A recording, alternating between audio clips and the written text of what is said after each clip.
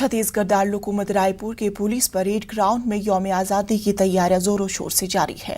Parade ground में final full dress rehearsal की जा रही है। कोरोना की वजह से तकरीब में कई सारी तब्दीलियां की गई है। इस बार स्कूल के तलबा परेड में शामिल नहीं होंगे। बाहर के लोगों को भी तकरीब में शामिल होने की इजाजत नहीं होगी। इस बार परेड का इनेकाद नहीं किया जाएगा, सिर्फ गार्ड ऑफ ऑनर दिया जाएगा। इस बार प्रोग्राम में शरीक तमाम प्लेटून्स का कोरोना टेस्ट किया गया है।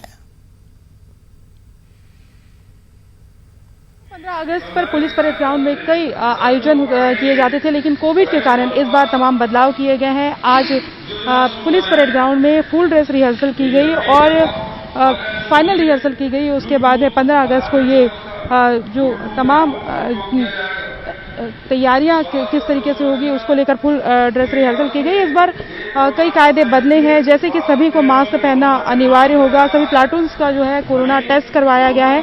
स्काउट गाइड और एनसीसी के परिधान में मास्क शामिल किया गया है। इसके साथ ही स्कूली छात्रों को इस बार परेड में शामिल होने की अनुमति नहीं है। बाहरी लोग कार्यक्रम में शामिल नहीं होंगे। इस बार परेड का आयोजन नहीं होगा, बल्कि केवल गार्ड ऑफ ऑनर ही दिया जाएगा।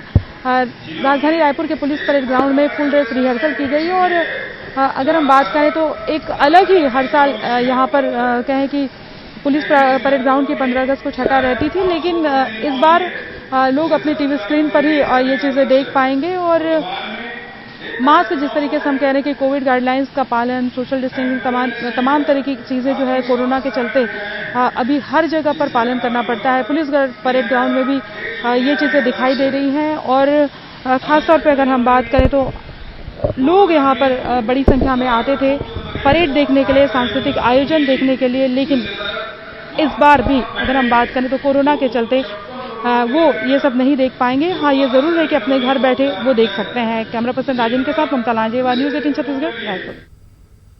वक्त हुआ छोटे से वक्फे का, मिलते हैं कुछ और अहम खबरों के साथ।